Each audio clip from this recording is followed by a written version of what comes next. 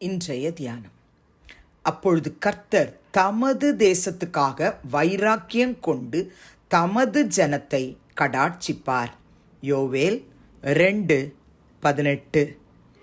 ஆண்டவரும் இரட்சகருமாகிய இயேசு கிறிஸ்துவின் நாமத்தினாலே இந்த காலை வேளையிலே இன்றைய தியான நிகழ்ச்சியின் வாயிலாக உங்கள் ஒவ்வொருவரையும் சந்திப்பதில் நான் கிறிஸ்துவுக்குள் மிக்க மகிழ்ச்சி அடைகிறேன். பிரியமான சகோதர சகோதரிகளே, யோவேல் தீர்க்கதரிசியின் மூலமாய் கர்த்தர் நமக்கு இன்றைக்கு சொன்னதான ஒரு காரியத்தை ஞாபகப்படுத்துகிறார். தமது தேசத்துக்காக வைராக்கியம் கொள்ளுகிறார், தமது ஜனத்தை கடாட்சிப்பார். இன்றைக்கும் இந்த வார்த்தையை நமக்காக எடுத்துக்கொள்ளணும்.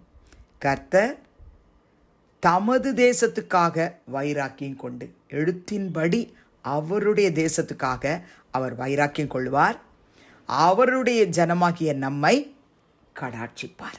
அவருடைய தேசத்துக்காக கட்டாயம், அவருடைய தேசம்னு சொல்லும்போது எருசலேம், இஸ்ரவேல் தேசம், அந்த தேசத்துக்காக அவர் வைராக்கியம் கொண்டு அவருடைய ஜனமாகிய உலகம் முழுவதிலும் இருக்கிற, தேசம் முழுவதிலும் இருக்கிற 235 நாடுகள் இருக்கு, எல்லா நாடுகளிலும் இருக்கிற அவருடைய ஜனத்தை அவர் கடாட்சிப்பார். நீங்க எப்படி அவர் கடாட்சிப்பார்ன்றத விளங்கி கொள்ளணும்னா ஏசாயா 42:13 பாருங்க. கர்த்தர் பராக்கிரமசாலியை போல புறப்பட்டு யுத்த வீரனை போல வைராக்கியம் உண்டு முழங்கி கெர்ச்சித்து தம்முடைய சத்துருக்களை மேற்கொள்ளுவார். அவருடைய ஜனமாகிய நமக்காக நம்முடைய ராஜாதி ராஜா, கர்த்தாதி கர்த்தர், தேவாதி தேவன் பராக்கிரமசாலியை போல புறப்பட்டு வருவாரா, யுத்த வீரனை போல வைராக்கியம் உண்டு. கர்த்தர் தமது தேசத்துக்காக வைராக்கியம் கொண்டுன்னு படிச்சோம் இல்லையா? இப்ப இங்க யுத்த வீரனை போல வைராக்கியம் உண்டு. அவருடைய தேசத்துக்காக அவர் செய்ய வேண்டியதை எவ்வளவு வைராக்கியமா செய்யறாருன்றத நம்ம விளங்கி கொள்ள முடியுது இல்லையா? சகரியா தீர்க்கதரிசியின் புத்தகம் 1ஆம் அதிகாரம் 14ஆம் வசனத்துல பாருங்க. அப்பொழுது என்னோட பேசின தூதன் என்னை நோக்கி, சேனைகள் கர்த்தர் உரைக்கிறது என்னவென்றால், நான் எருசலேமுக்காகவும் சீயோனுக்காகவும் மகா வைராக்கியம் கொண்டிருக்கிறேன். யாருக்காக? அவருடைய தேசம். அவருடைய தேசம் எது?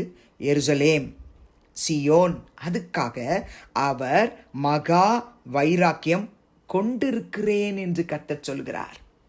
கர்த்தருடைய பிள்ளைகளே, நம்முடைய தேவனாகிய கர்த்தர் அவருடைய தேசம் எருசலேமுக்காக, இஸ்ரவேல் தேசத்துக்காக அவர் வைராக்கியம் உண்டு, வைராக்கியம் கொண்டு அவருடைய ஜனத்தை அவர் கடாட்சிப்பார் என்ற வசனத்தை நம்ம மறக்கக்கூடாது.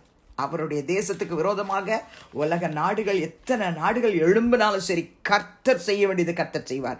யோவேல் 2:18 படி அவருடைய தேசத்துக்காக வைராக்கியம் கொண்டு அவருடைய ஜனத்தை அவர் கடாட்சிப்பார். நீங்க சகரியா 8ஆம் அதிகாரம் 2ஆம் வசனத்தை கூட பாருங்க. நான் சீயோனுக்காக கடும் வைராக்கியம் கொண்டேன். இது கர்த்தருடைய வார்த்தை சகரியாவுக்கு வருகிறது.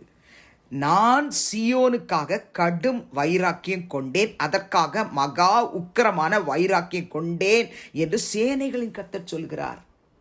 கர்த்தர் அவருடைய தேசத்துக்காக, அவருடைய எருசலேமுக்காக, அவருடைய சீயோனுக்காக கடும் வைராக்கியம் கொண்டு, வைராக்கியம் மூண்டு, யுத்த வீரனை போலவும் வருவாரு, கடும் வைராக்கியம் கொண்டு, மகா உக்கிரமான வைராக்கியம் கொண்டு நம்முடைய சேனைகளின் கர்த்தர் அவருடைய தேசத்தை அவர் காப்பாற்றுவார்.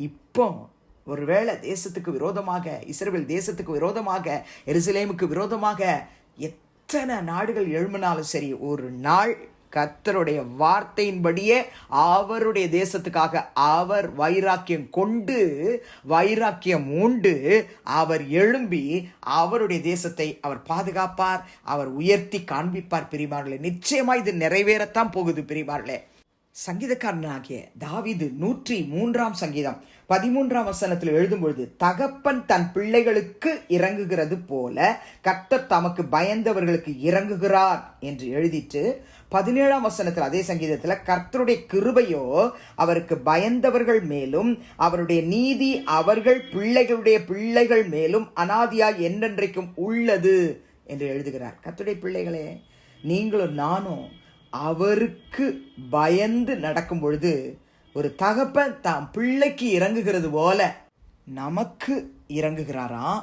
இன்னும் தெளிவா எரேமியா புத்தகத்துல வாசிக்கும் பொழுது 31ஆம் அதிகாரம் 20ஆம் வசனத்துல கர்த்தர் சொல்றார், எப்பிராயீம் எனக்கு அருமையான குமாரன் அல்லவோ, அவன் எனக்கு பிரியமான பிள்ளை அல்லவோ, அவனுக்கு விரோதமாய் பேசினது முதல் அவனை நினைத்து கொண்டே இருக்கிறேன், ஆகையால் என் உள்ளம் அவனுக்காக கொதிக்கிறது, அவனுக்கு உருக்கமாய் இறங்குவேன் என்று கர்த்தர் சொல்லுகிறார்.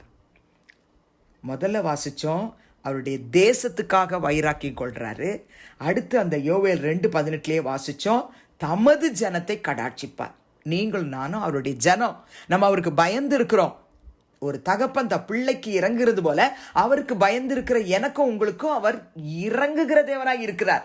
எப்படி இறங்குவார்னா, எரேமியாவில் நம்ம வாசிச்சோம், அவன் எனக்கு பிரியமான பிள்ளை, எனக்கு அருமையான குமாரன், அவனுக்கு விரோதமா பேசினது முதல் அவனை நினைச்சு கொண்டே இருக்கிறேன், ஆகையினால என் உள்ள அவனுக்காக கொதிக்குது, அவனுக்கு உருக்கமாய் இறங்குவேன் என்று கர்த்தர் சொல்றார். நமக்காக அவர் உருக்கமாய் இறங்கி நம்மளை கடாட்சிப்பார். ஜெபிக்கலாமா? பரிசுத்தமுள்ள பிதாவே, இயேசுவின் நாமத்தில் உடைய சமூகத்துக்கு நாங்கள் வருகிறோம். யோவேல் 2:18 படி இந்த நாளிலே உடைய பிள்ளைகளாக நாங்கள் யாவரும் உம்முடைய தேசத்துக்காக, இஸ்ரவேல் தேசத்துக்காக, எருசலேமுக்காக ஜெபிக்கிறோம் அப்பா.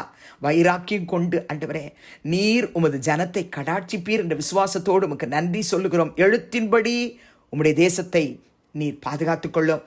நாங்கள் எருசலேமாக சியோனாக இருக்கிறோம் அப்பா.